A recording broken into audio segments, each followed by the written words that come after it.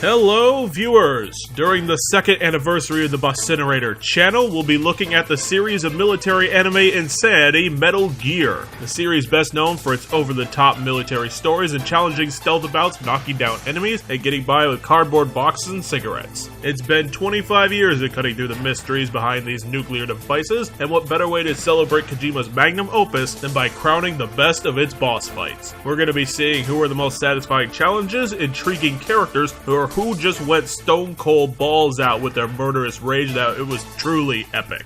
Now, let's set some ground rules first. First of all, I'm taking a look at all the games, even the retros and spin-offs, to find some that I may have missed the first time around. Second, not all the games are going to be represented in this list, since some of them just didn't wow me. Also remember that these choices are from my personal opinion, and if you disagree, then that's fine and up to you. Just leave it out of the comments, please. So without further ado, let's shoot us some terrorists. A lady sniper, huh? Don't you know that the majority of the world's great assassins are women? Do you want to die now? Or after your female friend? Which will it be? Man, there's nothing like getting back to basics. After sneaking through the front door of this facility and trying to track down an arms expert who might know something about the Metal Gear project, and thanks to the DARPA chief, we found his ass in a warehouse. Too bad Solid Snake didn't think ahead and got caught in the trap at number 15 on this list, Revolver Ocelot. Unlike your Snake Eater or Guns of the Patriots bosses that put a lot of work into the pizzazz and their showmanship, Revolver Ocelot's first appearance was pretty sober, with his design just being a cowboy with a Colt revolver and a better-than-you attitude. But it has the effort where it's supposed to go. Perfecting the battle. Time and again in video games, first bosses are the place where designers fall down the most because the boss has to be challenging without just tossing the player straight into the fire. Revolver Ocelot makes it work beautifully. It starts with Solid Snake finding Mr. Baker tied to a pole and stuck in the middle of a tripwire C4 trap, and Revolver Ocelot appears from the shadows spouting some one-liners about being all superior, and then the game drops you in a box, and all you have to do is find him lurking around. Just watch out for his hostage. You're gonna need him kind of alive to find Metal Gear later. Other than that, it is a straightforward pistol duel that'll really test you at learning the shooting mechanics quickly so you can survive. A nice touch was the ammo counter in the HUD for Revolver Ocelot, in order to show off Solid Snake's inherent combat skills that make sense in context and helps the player in strategizing. Otherwise, just make sure to keep your eyes peeled and pick your shots. It isn't a complicated fight, but it does just enough to show the player what to expect in the future, and that's all you really need to do by being the first. And having a suave personality sure doesn't hurt in the long run. Do you want to die now? Or after your female friend? Which will it be? When it comes to recurring characters, some of them can be done well because it's unexpected and it actually adds something to the overarching canon and the plot of the story. But then there are those like Python who come in out of nowhere, read off a backstory, and then use that solely as justification to battle despite us never seeing him before. Black Ninja is one of the characters who hit it right, which is strange considering that Black Ninja is Schneider, the guy we rescued from outer heaven, and then apparently was caught in the explosion doing some off-screen boondoggles. Between the 3 years he had been moonlighting as some sort of NASA experiment tester, and now he's back with a vengeance to take down Solid Snake. Black Ninja's gimmick is that he can teleport using space technology. The concept's absolutely ridiculous, but in Metal Gear 2, it somehow works off of the anime angle and turns out to be just a fun time. You really never know where he's gonna end up when he fizzles out of existence, and it would have been better if he didn't multi-teleport in one sitting, making this really confusing. Otherwise, the battle has you constantly moving to avoid Black Ninja's tracking bullets, and set up your shots with his constant teleporting. It ends up being a challenge and a unique experience that feels like we're fighting a vengeful ghost. It's actually great immersion. Because of great concepts and mechanics, Black Ninja manages to be the best of Metal Gear 2, and is yet another great example of how to do a first boss and a recurring character correctly. So everyone should obviously take note. Do you want to die now? Or after your female friend? Which will it be? If you're no stranger to the series, then you already know that Revolver Ocelot wasn't isolated to just Metal Gear Solid 1. Nope, this guy has been around the block, and here he is in his first showing working with the Cobra unit in Russia against Big Boss. He decides to pick another fight after taking Big Boss's advice when he was knocked on his rookie ass earlier during the Sokolov escape, and now is wielding a Colt pistol, something he can actually use with his natural fighting style. Now, it's time to floor Big Boss with a rain of lead. Strangely, no, this battle seems like it's going for the sudden death duel type when we first get there, but the design and setup to the fight makes it one of those weird getting to know you better battles that the anime gets away with, and it works because the audience already knows that he survives this, so Kojima can get away with this without feeling like a cop-out. It's surprising, but this battle has a lot of hilarious details. He has a hard time reloading with his new gun, and he's constantly relishes in the highs of combat in spite of that. The small talk had a great potential to be annoying, but it runs so quick and it's integrated so well into the actual fighting that it ends up being one and the same instead of putting the dialogue and battle in two different countries. My favorite part of the fight is actually the beehives on Ocelot's side of the canyon. They can be shot in order to act as a distraction to Major Ocelot and get some extra damage while he's dancing around slapping Hornet. Since Big Boss and Kojima aren't taking Major Ocelot seriously in any way, means that this really adds to his character rather than being a simple appearance, while also being a fun time being that he's absolutely no pushover. When you decide to put the effort into the writing, you can get away with a lot more since you have the right context for it. A lesson that all should learn. Do you want to die now? Or after your female friend? Which will it be? If you've been following me with my videos this year, you'll already know that I'm actually one of the people who liked the first Metal Gear Acid game. It had great characters and a story driven by an off-screen conspiracy theory ready to kill Solid Snake every 3 seconds. In spite of the badly handled card combat system, the next boss on the list managed to be great. Number 12 is Leon, the furious half-man, half-bear who had previously murdered a decoy just because he could, laughing all the while. Yet, he's the best character in the game, even though this is the second time we're seeing him, and now we have a score to settle. Solid Snake and Taliko are just trying to get out of the building past the 7-foot barking dog and his ridiculous exploding sniper rifle, and after some more banter about his petty vengeance against the US Army for reasons, it's either him or us. His battle's a spectacular challenge, if a bit dense, since combat moves really slowly, but the battle needs that. It's a freaking head scratcher. The thing you need to watch out for is Leon's sniper attack, which is so harsh that it'll take off a third of your health, and you'll be out a couple of cards. Leon's pretty sluggish, so it's not a problem, mostly since the game warned you about this beforehand. In the pre-fight cutscene, Solid Snake and Taliko tell the player that the plan to beat him is to sneak attack Leon, so you need to set up both of them to where they bait him and then shoot him in the back at the same time. It's difficult to manage because Leon's kind of an idiot, so he can lose track of you, and that's when you strike. After he gets down to a third health, he starts acting really erratically and destroying crates with his rifle, making it even easier to finish him off, and then you can both escape. It's a grand battle that makes the most of the card system in spite of its flaws, and it's all around fun to trick the strongest man on the island so that you can get those shots in. A wonderful first encounter from an excellent spin-off. Do you want to die now? Or after your female friend? Which will it be?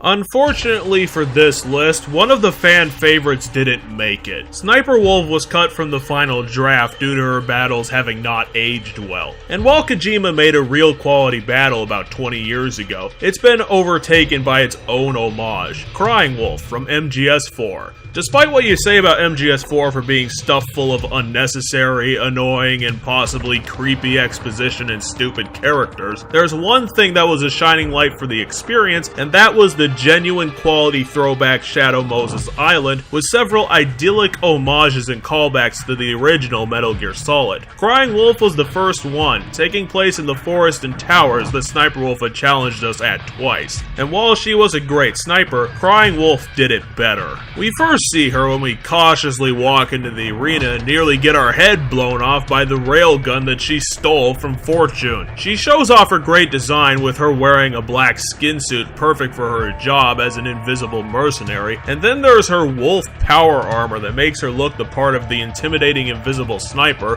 which allows her to hide in just a few seconds. After that, she disappears and the battle starts. Crying Wolf takes full advantage of the 3 dimensions of the PS3 and takes her time hiding in the forest and waiting to strike. This is when Kojima's snipers shine. Solid Snake starts off with absolutely no idea of where she is and has to pull out everything in his disposal just to pick up her trail. The arena here is huge, comprising 3 towers and a ton of trees that are fully explorable, so you get to pick how you want to fight this lady. Plus, Crying Wolf is tough, but not impossible. She'll shoot you maybe once a minute, but her railgun can seriously hurt you, and she'll immediately leave when she fires, so tracking her that way isn't an option. She also has a battering ram attack to prove she's a true beast. If Crying Wolf finds herself backed into a corner, she'll straight up tackle the tower you're standing on, and the force of it will hurt you and force you to reset your tactics, making the fight even more challenging. The best way to get at her is quickly zoning on her using goggle items that can detect things through the trees, which is her favorite hiding spot. After she's defeated, she'll climb out of her malfunctioning wolf suit and start walking towards you slowly. A cartridge of bullets later, and she'll be felled into a crying stupor. A memorable boss that shows us Kojima knew what they were doing when they made this level. See guys, this is how you make something great. Take notes during the transition. Do you want to die now? Or after your female friend? Which will it be? Now we come full circle to the modern years of Metal Gear Solid with this guy, Eli, the White Mamba from Metal Gear Solid 5. Contrary to my review, I don't hate this game wholesale. I actually do like some parts of it, even though the actual plot is weaker than Otacon, and the Eli fight stuck out for me. The fight starts with Big Boss being called out to Africa to deal with a group of child soldiers amassing behind some charismatic dude, and after knocking out a bunch of the leader's guards, we arrive to find Eli on his broken old tugboat. An intellectual 12-year-old running the show and conducting a power grab to further his own agenda.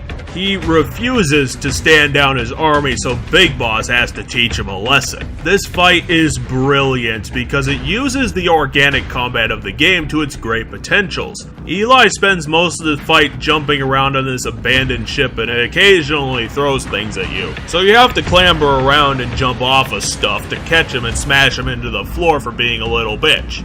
The fight lasts a long time, and Eli keeps pulling out new tricks that surprise you when you don't think he has anything left to lose. But eventually, Big Boss is able to win the day and knock him out. He sees the good in Eli and brings him back to Mother Base in order to show him the error of his ways. The way that the battle keeps you on your toes and requires that you have a mastery of its climbing mechanics in order to grab the boy is what makes this a fun challenge, along with the creativity of its organic combat. But even though Big Boss showed him who's the top diamond dog, he's going to be planning the group's downfall in the meantime and steal Philanthropist to become the most powerful warlord of Africa. Once a dick, always a dick, I suppose. Do you want to die now? Or after your female friend? Which will it be? Soldiering on, we come to the last entry from the off-and-on sequel Phantom Pain with this boss fight. Now, I had a couple battles to pick from for number 9, and I chose the Chapter 2 battle with the Skulls unit just to make up my mind. The setup to this fight is particularly shit, since the Skulls unit is protecting Code Talker and the mansion he's being kept in spite of their leader, Skullface, dying before this point in the game, and Code Talker still residing on Mother Base indefinitely. But that has more to do with Chapter 2 of MGS5 being not thought out at all, and not the boss itself. When I first got there, I ended up getting killed in 2 seconds, because the Skull's sniper rounds are all instant kills in this version. Now, I could have chosen to put this on my shit list. I probably would have, because I was as pissed as the broken sword goat when attempting to battle it, at least for the first 20 minutes. But that's when I discovered something that made dealing with them possible. The Skulls unit can't shoot through leaves. Yeah, I know it's ridiculous, yet using the leaves as cover and being patient ended up winning out. The battle is the most immersive fight in the entire series because you you have to micromanage literally every move you make, since one mistake can be fatal. They're so tough that every time they take out Quiet within a minute of her showing up, although she can wound at least one severely before signing off to the magic helicopter.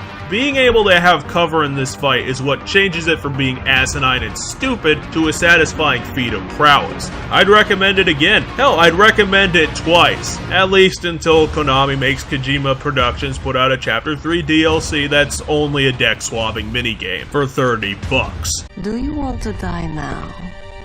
Or after your female friend? Which will it be? Oh, hell yeah. Now we're getting into the real good stuff. The definites of the top, and what better place to start than the Fury from Metal Gear Solid 3.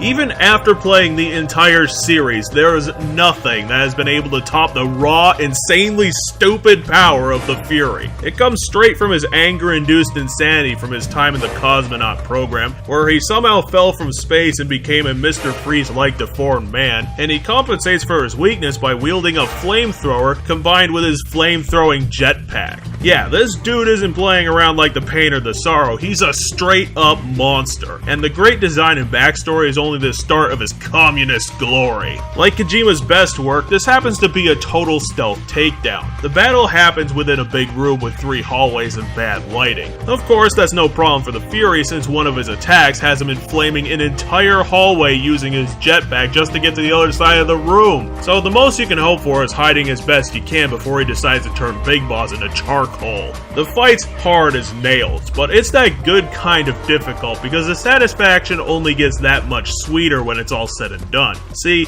it's a boss with a ton of health, meaning that all the failures give you ways to practice tactics to get us immersed in the fight instead of just being run over by a bullet train and being told to try again because they're so stupid as to not notice off-screen insta-kills. Plus, to top it all off, his death sequence is crazy. He dies, his suit gets torn, and then he turns into a literal human fireball and tries to tackle Big Boss into a wall. Holy Toledo on a biscuit, that was the coolest thing ever. Kojima weirdness at its best. Do you want to die now? Or after your female friend? Which will it be? Another part of gaming that boss fights screw up more than misusing recurring characters is gimmicky boss fights. Those bosses, like the infamous Solidus Snake, who hand the player a completely new gameplay model and expect them to handle an enemy who can use it better in every single way. Most of the time, it's a terrible idea and ends up only being arbitrary and pointless. But in the better cases, you get number 7 on this list. Metal Gear Ray from MGS4. It's the better of the 2 fights from the Shadow Moses homage because fuck Vamp and his stupid death by syringe. The place is being savaged by suicide bomber geckos, and somehow, Otacon proves that he's not completely useless, and manages to get the robot that had an internal explosion and no CPU in perfect working order. Video game logic, and we escape the facility just in time to get back to base. All we need to do is charter a boat and...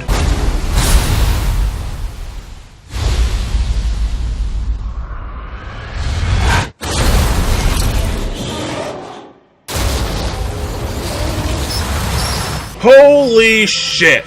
Liquid Ocelot shows up at the last minute for a Metal Gear standoff. Now, this is how you do a gimmick boss battle because Kojima Productions went all out to make this not only an exciting battle, but behave exactly like we were actually using the Metal Gear Rex that stomped on our heads so many times 20 years ago. It has the missiles, it has the minigun, and the laser cannon, and now we have to use all of its mechanical brute strength to take down Ray wielding his hydraulic cutter, missiles, and minigun. Even though we're fighting in a giant robot we've never seen before, the controls are so intuitive that it only takes about a minute to get a true handle on it. Then you can focus on calling the dogs of war. The fight isn't the hardest thing in the world since the dockyard has plenty of giant mech-sized cover, and Rex is still armored well despite being a burnt-out shell of its former self. But we're fighting Ray, the quicker, mass-produced Metal Gear who never stood a chance of taking out our tanking skills. But even so, the exertion of 3 boss battles left Liquid Ocelot the perfect opportunity to crush Solid Snake into paste, and it was only because of a Riot Ex Machina that we managed to survive. Overall, for being able to make a fun challenge while staying true to the source material, this battle proves how committed Kojima was into getting the Metal Gear Solid homages down to the letter. And I respect it for doing so. Do you want to die now? Or after your female friend? Which will it be? The next pick for this list is quite strange. It was strange when I listed it a year ago. Yet the emotional impact of this fight is something that has yet to be topped. So the battle with the Mi-24D helicopter from Peace Walker gets the number 6 spot. This boss battle is as weird as it gets because objectively it should have 0 chance of being fun. It's a boss battle with a generic helicopter and you take it down with a rocket launcher. It's been repeated at least twice beforehand in this game, and I would agree with you. However, context can be magical. The Mi-24D fight happens right after one of the most grueling, anger-inducing, and completely unfair sections ever devised in the Metal Gear series. Shooting your way through an entire squadron of hidden enemies, several gun-toting drones, and being ambushed during a timed running section. 3 phases of absolute hell. When you finally get to this actual fight, you're a quivering mess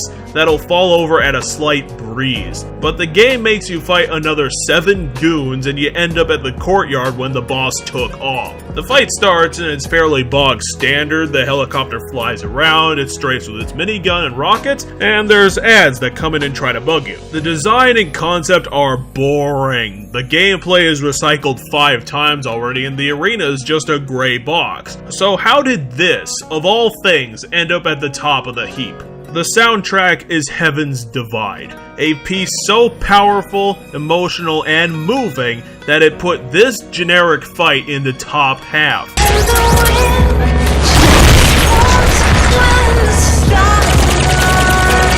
It starts playing at about halfway through and the majesty of it is almost like Kojima's apology for putting you through the ringer because the boss's music is breathtaking and overall makes this a hugely memorable battle. Then Kojima just decided to stick 7 goons behind the final door, hoping to kill you one last time, just to prove he can still be a massive asshole. Do you want to die now?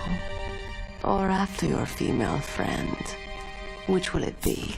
I know I might get flack for this entry, but to give the boss the respect it deserves, I decided to put the second battle against Major Ocelot on the list as well, because Kojima managed to do more with 1 bullet that others can do with 5 in-fight cutscenes. At this point, Major Ocelot has become a fully realized character. We've fought him once already, seen his expert gunmanship, and he's helped us out against Colonel Vol'jin. Also, he somehow acquired a death wish, which led him to try and take part in the motorcycle chase during the Shagohod battle where he nearly died. The reason that this fight is so amazing is how Ocelot is literally stopping at nothing to get another chance to take down Big Boss, even going so far as to steal a glider chair to get aboard our escape jet after the boss's fight, followed up with a tooth and nails fist fight. It's crazy how into this he is, but here he managed to do it with everything working against him. After the fist fight and a friendly conversation, they both decide to settle this the old-fashioned way.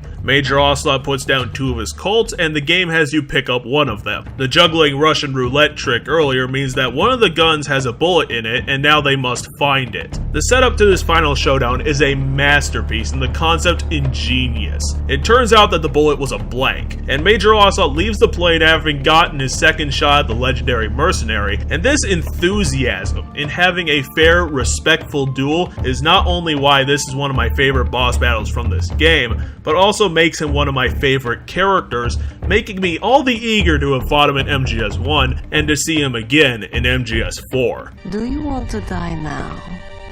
Or after your female friend? Which will it be?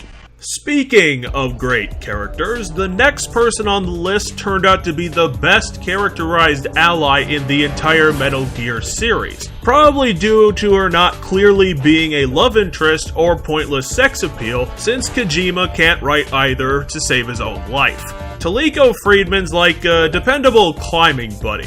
We're fighting Toliko to the death because Le Clown is afoot. Before this, we witnessed her expert shape-shifting ability since we were unwittingly working with her ever since our first meeting with Leon, and she used us just to get her hands on Pythagoras, a deadly weapons experiment. To get it back, we walked into her building where she brainwashed all of the guards into color-coded groups and ordered them to kill any other colors on sight. We finally got into where we thought Le Clown was, only to be caught in her Dreamtown trap with Toliko. Only the winner of her sick game gets to leave. Hands down, Toliko's fight is grade A proof that the developer of Metal Gear Acid 1 knew what it was they were doing when they tried the card-based stealth game. In her battle, they were able to work with the card game's strengths by turning Dreamtown into a legit board game. So on top of the usual card-based combat, you have to make use of the board spaces to give you buffs like extra damage and card shuffling. It lets you use more advanced tactics to completely cripple your opponent if you know what you're doing. Or the other way around if you don't play it right. The fight gets better because Toliko's AI is brilliant and actually ties into her mechanics as a main character. Toliko's ability allows her to use 3 cards a turn, so she's more dangerous but she burns out quickly. She often gets caught in tight spots due to running out of cards, so she keeps panicking and running to the nearest shuffling space to get more cards. It feels like we're actually fighting a human being instead of some fancy dancing robot. After we defeat Toliko, Dreamtown completely explodes and we both manage to escape because of reasons, and now we have to find out if this is the real Toliko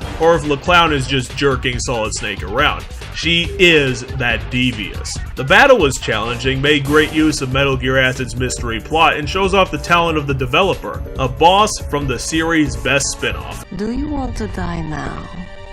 Or after your female friend? Which will it be? Throughout the list, we've seen some memorable characters, but this guy takes the bloody cake as an equal to the main character, but also symbolizes the point of the game. That man is the badass Jetstream Sam from Metal Gear Rising. We'd already fought this guy before, and by fought, I mean he destroyed Raiden so hard that he lost his own arm. He showed him how much of a punk Raiden really was, but later in the game we meet up with him again, and he shows through hijacking his augmentations that the PMC's goons were being lied to by their leaders and were being sent to the slaughter. That was an emotional moment that was a highlight of the whole game, since it was being shown not to just Raiden but the audience that nondescript goons are people too. And it ties into Ryan's mechanics, making him walk afterwards in an anguished manner to the Monsoon battle where his mental state had given him new powers as he transformed into the sadistic Jack the Ripper, no longer caring about the lives of others. But now he's made his last appearance in the middle of a desert to have a match against Ryan in a ditch. Yeah, this boss has a terrible setup because there's no reason that Sam should be out here in the middle of the desert, but I'm glad he did. This battle at first is nails on chalkboard annoying. He has plenty of flashy, punishing sword combos and leaves absolutely no openings to get some damage in, but it is important. Platinum Games crowbarred Sam here because he needs to pass on some knowledge to the player. Ryan needs to master the blocking move. So Sam's difficulty is making sure that knowledge is concrete before he leaves the game. Also that, and the fight is wicked. The battle is high intensity, Raiden and Sam both move at triple human speed, and both come at each other with beautiful flourishes of ripping pain. And since this is a Platinum Game title, both fighters have a huge move list, and most of Sam's moves look original to say the least. It's great fun and deeply satisfying when you finally hit the stride and figure out his patterns and blocking, but what cements Jetstream Sam at number 3 is his emotional impact during the Senator Armstrong battle. Halfway through, Armstrong had become immune to Raiden's sword with his steel skin and ended up snapping it in half. It was looking like the end, but then Blade Wolf reveals that Sam had meant for his last battle to be do or die. He had a deep respect for Raiden as an adversary to where he programmed his sword to release its DNA lock after the battle because he wanted to pass on his weapon to a superior opponent. And with that, Ryan was able to end Armstrong's treachery and save the world. Jetstream Sam deserves his top ranking because he's not only cool as hell to fight, a badass with near zero augmentations, and has a point to make, but it's because he had the biggest impact in the story to how he respected Ryan as a warrior. And then Platinum Games ruined it by making him an idiot in his DLC chapter. Come on! Do you want to die now? Or after your female friend? Which will it be? Oh, you Metal Gear Solid 4 Guns of the Patriots, for all the justified gripes you could have about the plotting and the narrative being assed backwards, it definitely had the best rogues gallery of the series. The good outdid all the bad, and there was none better than the final showdown with Liquid Ocelot. It's been 3 games of build-up to this point, and on top of Outer Haven, Solid Snake had been microwaved to a muscly pulp. Liquid Ocelot's plans are in cinders, and now the broken hero and the tired villain are having it out Fight Club style to finally show who's the better Snake. It's another gimmick fight, but it works because it's simple to learn. There's punch and block, and using that you have to take down a man who's younger and in better health than the recently radiated Radical. The battle is phenomenal, using a realistic and visceral combat, since both of them are experts at the hand-to-hand. Thankfully, the game throws in frequent QTE sections that add extra damage to a combo you're already doing, and it goes double for Liquid Ocelot, so watch out. This showdown isn't just a cinematic moment designed to cap off this story arc. It wouldn't be number 2 if that was the case. No, the best part is that this battle cycles through multiple different HUDs and music tracks to reflect the journey the audience has went on through 4 Metal Gear Solid games, along with Liquid Ocelot changing up his moveset based on his fights in MGS1 and MGS3. The boss is amazing because it acts as a nostalgic clip show of the series, and it makes the end of the series an event to remember. The final death scene of the MGS antagonist could have used the QTE sections from the actual fight instead of turning into a cutscene, but the final punches are weighty and cathartic as the bout of the beaten down finally comes to a damned close. It was definitely a wild ride and a deserving send-off for the Metal Gear series' best villain. However, even though this was a masterpiece, there was one who did it better. Do you want to die now? Or after your female friend?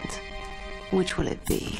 Yeah, number 1 was an obvious cop-out, but the best boss of the series still goes to the end from MGS3. It was a surprise that this old guy would still be the best of the best. When we first see him, he's just sitting there on the helicopter picking up the boss, not really doing anything special except looking like he's 100 years old, and later we see him put outside to have a grandpa's nap, unaware that Big Boss is even sneaking around. So the idea that he was the Cobra unit's most dangerous member was a bit hard to swallow before we got there. The battle starts out similar to the Fears fight, where it's an open-ended forest type thing, but the end takes it to the nth degree and has us duking it out in a literal 3 screens of trees. It's the biggest battlefield in the series and he uses it perfectly. You never know where he's gonna be, and that's why you have to dig in the bag of tricks to find his subtle trails. From goggles to the directional microphone and binoculars, it's really up to you how you want to find this guy. And you'd better find this guy quick, because he could be around any corner. That feeling of being truly hunted is why the atmosphere is amazing. It can flip from the zen-like study of the natural world to intense battle of wits in a snap of my fingers. Oh, and if you fuck up badly, the end will sneak up on you and immediately kill you back to the checkpoint. Kojima made this battle a masterpiece, so when you get back, the fight itself doesn't actually reset. Defeating the end takes about an hour in of itself, but with most of it being spent on following the paths he left and finding and making the perfect shot, getting that final one done is the most cathartic a boss battle has gotten, because it involved all this effort to study his movements, and when everything's said and done, the end makes his peace with his maker, thanks Big Boss for the honor of the duel, and then explodes into bits. For those who shot him on the dock, or let the console's clock kill him, I truly pity you, because they will never experience the true masterful boss and the emotional impact that has yet to be topped in the all of gaming. Well, there you have it, folks. The best bosses from the series that'll be sorely missed now that it's being given up by Konami. For all its ups and downs, Metal Gear is a series full of classic moments, stories to be told, and goons that need knocking down. and I'm honored to have shown the viewers at home what type of harrowing highs that Kojima is able to cobble together when he puts his mind to it. I'm Kaz the Bosscinerator, and I sign off with a victory for gamers. See you next time.